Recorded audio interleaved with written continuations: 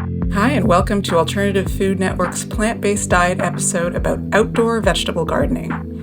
Since this series is all about plant-based eating, I thought our audience would be interested in this topic. Whether it's to offset food demand, help with climate change, or to enjoy the mental and physical health benefits of gardening, there's an increasing interest in outdoor gardening, and the huge demand for seeds is evidence of that. In this episode, I'm talking with horticulturist, professor, and radio guest Paul Zammit, who will offer his tips for outdoor vegetable growing. From seeds to soil, this episode will help you get started with your outdoor vegetable garden. Paul Zammit is a professor of horticulture at Niagara College. Prior to joining the faculty, Paul held the position of the Director of Horticulture at the Toronto Botanical Garden. He's a passionate and energetic gardener and lover of nature who has been delivering presentations across the world for over 25 years. So welcome to the show, Paul. So nice to have you. Thank you for having me. I'm excited to talk about the potential of vegetable gardening and edibles. I'm real excited to be here. Thank you for having me. Oh, pleasure. You mentioned to me when we spoke on the phone prior to the podcast that you had a particular interest in bridging culinary and horticulture. Can you talk a little bit about that? Oh, for sure. I mean, I think we don't realize just how much overlap that there can be, and particularly with the whole food movement, and people are concerned about where their food comes, celebrating the wonders of food itself. Learning to get people to realize the potential of growing some of your own food just accentuates it, because truly there's nothing that tastes better and feels better than picking that tomato out of your garden or harvesting that zucchini. And it also goes beyond just the idea of the taste and the harvest, but also the many other benefits that gardening has to offer. So as opposed to seeing separate disciplines, the chefs are over there and the gardeners are over there, by bridging them together, it just creates a wonderful respect and appreciation. And it's amazing what comes out of these new contacts as well. So I think it's really a win-win. And with the whole group of people growing more and more of their own food, particularly even the chefs, when they'll come over and ask about something, they don't realize often how much goes into producing something. So it creates a new respect for food production and hopefully a bit more respect of making sure that we use everything, Esther, as opposed to the tragic amount of food waste that we have. Okay, well, let's get into the gardening now. And I know you love to talk about it. So what should people be thinking about when it comes to starting an outdoor vegetable garden? A number of things, and particularly over the past year, as we've seen with the situation of COVID, etc., one of the number one things people need to be aware of is obtaining either plant material or seeds. And we've seen such an incredible demand for seeds. And I've spoken to a lot of our local seed companies, and there really isn't necessarily a true shortage of seeds. They're just overwhelmed with the amount of orders that they're receiving. So people just need to bear a little bit of patience. You will eventually get them. But if you're thinking about starting a vegetable garden, it's really key to know some of the factors. Most importantly is sunlight. Look at your garden. Study it over a Saturday, watch it, map it out, see how much sun it actually gets. Because ideally, to be most successful with most of the vegetables, you ideally want good 6 to 8 hours or more of sunlight. And depending on where you are in city environments, often there are large trees or buildings that can cause some shade. So really understanding your garden situation and the location, understanding your soil type, that becomes very important. Do you have a very sandy soil or a clay-based soil? And it's easy enough to test that. Go out there, grab a handful of soil when it thaws, squeeze it. Does it crumble? Does it take the shape of your hand? Also, if someone is starting off like kind of brand new, and I encourage as many individuals as possible, don't necessarily start by planting a giant garden. Start small and, work your way up, increasing slowly over time. Other factors is the importance of water. When we saw conditions like last year, particularly in July and August, where we didn't have a lot of water, think about where your water source is coming from. And I'd also like to encourage people think about capturing water. So if you are going to have a vegetable garden, perhaps consider using something and installing something like a rain barrel, or see how you can capture and conserve moisture. And then think about preparing the site. If it is a sodded area, digging up that turf, or creating raised beds. It's a lot simpler. If there's a turf area and you don't want to dig down, what about just building up? And there's lots of wonderful kits. People are very handy, and they go together like Lego, many of which I can even put together. I'm not the most handy. I'm good with pruning shears and a shovel, but not so much with a drill. And these raised beds are very easy to do. So if someone's starting out for the first time, they're going to do their first vegetable garden, would you recommend raised beds versus making a patch in the ground or using containers even? Well, if you don't have a traditional garden where you can't garden in the ground, using raised beds on surfaces or containers. I'm a big time container person. I encourage more and more people to use containers where you don't have a traditional garden or a patio, etc. But as for a first time person, I really want to connect people with the soil. So if you do have that option, I would certainly suggest investing in creating the garden in the ground. But don't dismiss, Esther, don't dismiss maybe a couple of pots, particularly with some delicious herbs right by the doorway when you're cooking or by the barbecue that you can reach over and, snap a little bit and use it to garnish or add to salads, etc.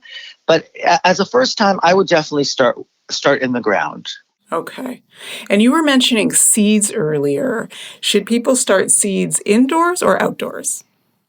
And that's another excellent question, and an area where there's tends to be a lot of confusion. So the answer to that is depends on what you're growing. So many of us get over anxious and we want to get going and can make the mistake of starting things a little bit too early. So to think whether or not to start seeds inside or directly in the garden depends on what it is. So I'll give an example. Something like tomatoes. Our growing season is not really long enough to start tomato seed outside in the garden and then to have a full harvest. We can get a head start on that by starting tomato seeds indoors on a windowsill or under artificial light, anywhere between 6 to 8 weeks before you're going to plant them outside. And this becomes really important because each seed has a time period, and we'll often state this right on the package. For example, if you grow leeks, which are fundamental to making amazing soup, you start those 12 to 14 weeks before you're going to plant them outside. And let's just say for us here in Toronto, planting outside, but last frost date, let's think like the third week of May. So you go back, you count back, and there's a lot of seed calculators online that can tell you when to start seed. Now, having said that, so offhand, the things starting inside, things like your eggplants can be very slow. Peppers are another one. We mentioned tomatoes, onions, leeks. So those are all ones we'd often start inside. Also things like some of the cabbages, they tend to be a bit on the slow side. Having said that, there are a number of plants that like to grow fairly cold. So those are ones you would start directly out into the garden. Think of things like your chards, your leaf lettuce, peas, love it, and they do best when conditions are cool. So you'd start those directly in the ground when the ground has warmed up. And then there are other plants that do not like to be transplanted. So things like beans, even cucumbers don't like being transplanted as much. So those you can sow directly into the garden, but you have to wait. You can't do them as early as peas and lettuce because they do not like cool conditions. So those we wait, Esther, a little bit later when the soil begins to warm up. I will clarify with cucumbers, some people do get a head start and start them inside. So start them in a fairly large container so you do minimal root damage. And I'd also say, where you're going to plant your cucumbers and beans, if you're going to start those later on, the end of May, well, don't leave that space empty. Grow stuff like leaf lettuces and radish in that space, which you can sow sometimes as early as mid-April to get some of that going. And think of things like radishes. Some of them have a harvest date of 20 days. So by mid to latter part of May, they're ready. You pull them out, plant your beans, and away you go. So it's about crop rotation as well. Okay. And you're talking in the context of a bit of a northern climate where there are 4 seasons and there's winter. What about a southern climate where, They don't have snow, they don't have frozen ground. Do you recommend you just start seeds outside? So I'm a little bit jealous of those individuals, I will say, and they can garden all year long. And having said that, I think we should all be gardening all year long, and you can grow edibles all year long. But certainly, we do things and have to start things inside earlier because of the length of our growing season. It also gives a number of these plants a head start. Certainly, the longer the growing season, the more you can start directly into the ground. What I would say with that as well is there are some things, for example, peppers or eggplants, even tomatoes to a certain extent, that are sometimes a little bit sensitive. So they too would help by being started in a seed tray or starting indoors in a greenhouse or in a home, and get them as starter plants and directly sow them into the garden. But the longer the season, certainly the more plants you can direct sow into the garden directly from seed packages. Okay. And earlier you touched upon soil, to check the type of soil that you have. So can we talk a little bit more about soil and how it should be prepared? Sure. And the key and the fundamentals is understanding your soil. So traditionally we've looked at practices, and I remember from my university days about turning over the soil and doing double digging, and really the evidence now is starting to show that is not necessarily beneficial from the standpoint that the soils are filled with millions of microorganisms, bacteria, fungus, nematodes, protozoa, all which do have a very important role. And when we turn the soil over, we turn the world upside down. So if the space is already existing, then in that case, doing minimal cultivation. But if it is a new space, you do want to loosen up that hard pan, and that's where I would suggest the digging. The other thing that becomes really important is learning to feed the soil. All of these plants are growing, and they demand things like nutrients and to pull things out of the soil. So we need to learn to feed the soil, and that is a lesson I learned very early from my grandmother. So one of the most fundamental things that we can do in the vegetable garden is add organic matter. And that can come in a few different forms. If you have the space and if you are composting, empty out your composter and add that there to the vegetable garden. That adds a lot of nutrients and organic matter. And really important, it feeds the fungus and the bacteria and the nematodes, and they release the nutrients for the plants. If you aren't in a position to be composting, then I would suggest, buying things like mushroom compost, aged manure, and that's very important. You want to use aged manure as opposed to fresh manure because it can be it can be damaging. And so once again, you're adding that organic matter. And in the case of a vegetable garden, preparing that soil in the spring, adding that organic matter, if you add sufficient, you really don't need to feed throughout the rest of the summer. You just need to be very conscious of how and when you're watering, and perhaps using some mulches to help to conserve moisture in the vegetable garden. And then what about fertilizing? I'm not sure when you said if you add organic matter when you're preparing the soil, you don't have to do much afterwards. Do you mean you don't have to really fertilize, or are those two separate things? My motto is to learn to feed the garden from the garden. So learn to feed the soil and encourage the fungus and the bacteria. So by adding that organic matter, whether it comes via compost or adding composted manures, anything that way, or even shredded leaves and allowing those to break down is also a very important source of organic matter. Now, having said that, I should backtrack just one little bit.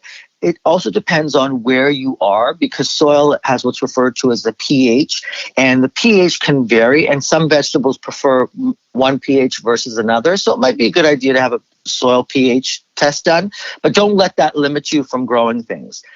Now, in terms of fertilizing, many vegetables, i.e. things like tomatoes or cucumbers, tend to be heavy feeders. So you really want to add as much organic matter as you can in the ground.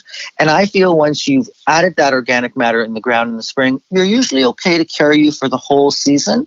But what becomes really important, Esther, is next year, don't grow tomatoes in the same spot that you grew tomatoes last year, because tomatoes will feed on very specific nutrients. And if you put tomatoes there next year, that soil's already been somewhat depleted of those nutrients. So practice crop rotation. Where it becomes really, really important is in raised beds, if you're using, if they're separated from the soil, or in containers, because we tend to water more frequently, things like containers, because they will dry out more frequently, you leach any of the nutrients that are there. So very important in containers, we do not use topsoil or triple mix. It's far too heavy. The roots can't breathe, and the plants don't do well in growing in a container that way. You need to use a container mix or a medium that is fairly porous and absorbs moisture. And in that case, this is where I say fertilization becomes really important. And matching your fertilizer, either using an all-purpose or a vegetable fertilizer or an organic water-soluble fertilizer, becomes really key. And follow the recommended rate. Some people think, oh, I'll just add a little bit of extra, and a little extra fertilizer is not a good thing. And what about the best time of day to water a garden? Another excellent question. So I think water is a precious resource. And to me, I think we should all look at it, whether you're in a land of plenty. And, here we are in southern Toronto, there tends to be a lot of water. But depending on where you are geographically, I want us all to look at water with a critical lens and know that every drop matters. So collecting water, but also using water efficiently. So what that means when we're talking about watering or irrigating the garden is water when the plants are going to be able to utilize it and try and save as much water as possible. So watering in the early morning or up until midday, as opposed to the hottest part of the day where a lot of the water is going to evaporate.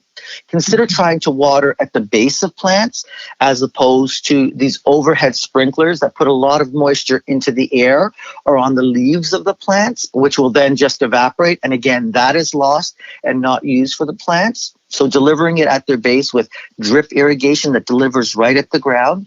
And also, when people have challenges with diseases and or pests, some of our practices, for example, watering, can actually encourage those pests and diseases. So ideally, many of the fungal pests need moisture on their leaves to spread, and they tend to spread in the evenings or very early, like through the night. So really important that the plants go into the evening with dry leaves. That is another reason I recommend watering in the morning, trying to get water on, avoid getting water on the leaves. If it rains, don't worry about that. It's the best kind of moisture we can get. But trying to get the plants to go into the evening dry so that these pathogens, such as some of the fungi or the bacteria, don't have the opportunity to spread on the moist, damp leaves, which is exactly what they need. If I can add one more, conserving moisture by using things like mulches in your garden. So underneath things, I'll use it, cucumbers or tomatoes. Having a mulch, whether it be shredded leaves, straw, shredded cedar at their base that covers up the ground, that also prevents a lot of moisture from evaporating from the soil surface. So you conserve it that way, keeps the ground a little bit cooler and moisture, which is more ideal for the plant. And once again, that can also help to reduce some disease that splashes up from the soil onto the plants. It can help to reduce some disease that way as well. And what about protecting all your hard work and effort from animals? Yes, isn't that the $1 million question? It is an industry where there's so much investment in there. So a couple of things. In terms of insect pests, yes, you're doing all of this work and you get holes in leaves. The number one thing that I like to tell people is you need to understand what is actually making the holes. Because there are a lot of insects that we often refer to as pests that are actually very beneficial to have in the garden, and we should actually be encouraging them or attracting them in the garden because they can help us to control some of the less favorable pests that do more damage. So important to try and understand what is causing the damage. I also think we need to be a little bit less picky and realize because a plant has a hole in the leaf doesn't mean it's any less nutritious. So learning to identify what pests they are and then evaluating whether or not we need to control. And some of the best and easiest control is in our hands. We want to be organic, so finding the pest and squishing it. But again, please identify what it is and know the life cycles of all insects, because often people will squish the wrong thing. And I use ladybugs as an example. We can all recognize the ladybug as that kind of orangey red little domed insect going through the garden. Yay, we got ladybugs because they're going to help to control aphids. But get online and look up what a ladybug larvae, or a baby ladybug, if you will, looks like. And it's very dramatically different from the adult. It's actually kind of scary looking. They're usually black and kind of long, about maybe a centimeter max. They have these little legs and these little lumps and bumps on them. And then kind of these at the front, what they use almost like claspers to catch aphids. And people see those and think they're a bad thing, but they're a very good thing because they eat many, many aphids.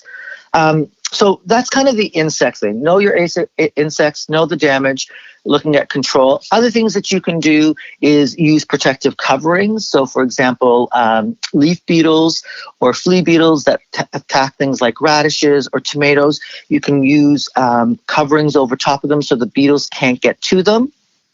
You do have to be a bit careful in some cases because there are some plants that need to be pollinated, so it won't work on cucumbers because you need to get the bees in there. And then there are the other pests, the deer, the rabbit, the squirrels. Raccoons.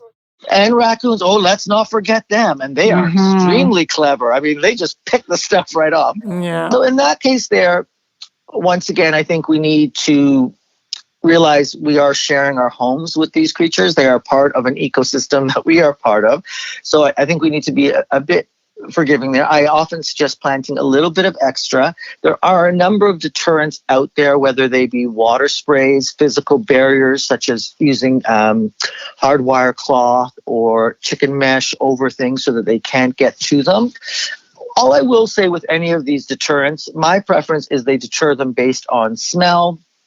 And we do need to be a bit careful. Some of them, you know, I'm not a fan. I often hear people say using things like cayenne pepper, and that one can be a bit tricky. I've watched squirrels get into cayenne pepper and, you know, nearly trying to scratch their eyes out. And I'm not for any of that at all. And also, you know, start to look at things that animals don't eat. So we had an issue when I was at the Toronto Botanical Garden with groundhogs, or what we felt was an issue. And it would eat, like, lettuce was on the menu every day. So what we started to do was start to look at crops that they don't eat. So they tend not to eat members of the tomato family. So we would grow tomatoes and peppers and eggplants and potatoes, and they never would feed on those. And then our more sensitive things like the lettuce, which they would chew down, we would grow those in containers closer to the building where they would often not come because they feared that. Well, I guess, I mean, there are a lot of animals these days in urban settings. So this is a real issue that people have to deal with.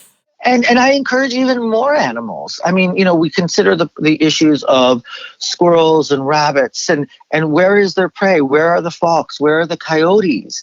And I realize individuals, people concerns with that as well. But really, these populations have gotten out of control, even things like deer, because there are no checks. Their natural predators are not around.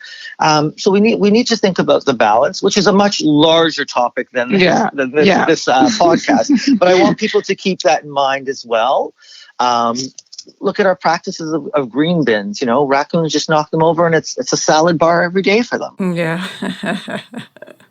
So if someone's going to make a small patch of something in their garden, do you, again, maybe first timers who don't know what animals or might be around, would you suggest some sort of wire mesh covering right from the get-go? Consider building a frame that you can use to enclose the edibles, particularly for things that are more sensitive, like lettuce or strawberries that they tend to be drawn very close directly to. But I don't have really any issues with things eating tomatoes or eggplants or peppers. I rarely see anything eating those. And those ones I wouldn't be as concerned about putting them under cover, except maybe for tomato hornworms. But that's another kind of guess that's in the garden that some people think is doing bad things, but it's actually okay to have. So I would look at the more sensitive crops, like your cucumbers, your lettuce, your chard, your beets, all of those, having those under a bit of cover. And I have a question. It actually relates to my own garden, or lack thereof. We used to have a garden in our backyard for several years, and then there was one year where we couldn't do the garden, and it just was overgrown by weeds. And ever since, we have weeds in that area. So if you're starting from a patch that is full of weeds, is there anything extra that one would have to do other than getting rid of the weeds? Anything extra for the soil that we would have to do? Absolutely. So your plant material is going to constantly be depleting nutrients. So you'll want to do some amending. But what I would suggest also is learn to identify what the weeds are, because some of them are annuals, so they live for 1 year and then they die, but they drop a lot of seed, whereas others, for example, things like thistle, are perennial, they run underneath the ground. So how you manage them becomes very different. Ideally, you do want to get rid of any of the weeds as possible by digging them out or gently pulling them out. And also watch in the very early part of the spring, watch the soil surface. And usually what you'll see tons of little seedlings. And those, very quickly, within a matter of seconds, just taking a shovel or a cultivator and just scratching the surface, you actually kill many of those. So you start to cut into the cycle. And if you do have issues with weeds in the garden, even if you can't necessarily get to pull them out, what's really important, Esther, is do not let them go to seed. So when they flower and they begin to produce those seed pods, cut those seed pods off and discard them and get rid of them. And if they're immature, you can even compost them as long as they're immature. But you want to prevent that producing hundreds, if not thousands of seeds, which are just going to be a source of a problem the following year. So as we wrap up this episode, I wanted to hear your top 10 list of easy to grow vegetables outside. Okay. Well, I'm a big fan of leafy greens. So I would say chard, kale, which I eat at a very young age. I'm not a big kale fan, but I eat it when it's at a very young age. All sorts of different types of leaf lettuce, spinach, and arugula. So that quickly starts to consume. There's 5 of them already. I think tomatoes, I will confess, I'm not a big fan of eating tomatoes, but I love to grow them. I think they're fairly easy to grow, particularly the cherry tomatoes. I'm a big fan of growing things like cucumbers. I would refer to on the easy scale, I would also say things like peas. And I would encourage listeners to grow extra peas. Why I encourage that is, yes, peas from the pot are absolutely delicious, and they rarely ever make it inside because you eat them in the garden, and that's okay. But grow some extra peas, and when they're about 2 to 3 inches tall, take the tips of the growing plant and eat those. They are delicious. So I grow a lot of peas. I sow extra peas just to eat the tips of them because they're a wonderful green. Another one that I would include as fairly easy to grow would be things like beans. I would say more bush bean. They're very forgiving and can be done. And the other one I would put up there too is beets. I find beets and radishes, you sow them fairly quick. You can harvest the foliage of the beets or eventually the base, and things like radishes, very quick to grow. And I will often grow them in between long-term crops because they're quick, they're easy, and you feel you've accomplished something. Things like radishes can be done in 20 to 30 days. Wow, that's harvested quickly. This is all great stuff for a plant-forward diet, right? And that's what this show is all about, plant-based eating. I wanted to thank you so much, Paul, for all of this information. If someone would like to get in touch with you, what's the best way they can do that?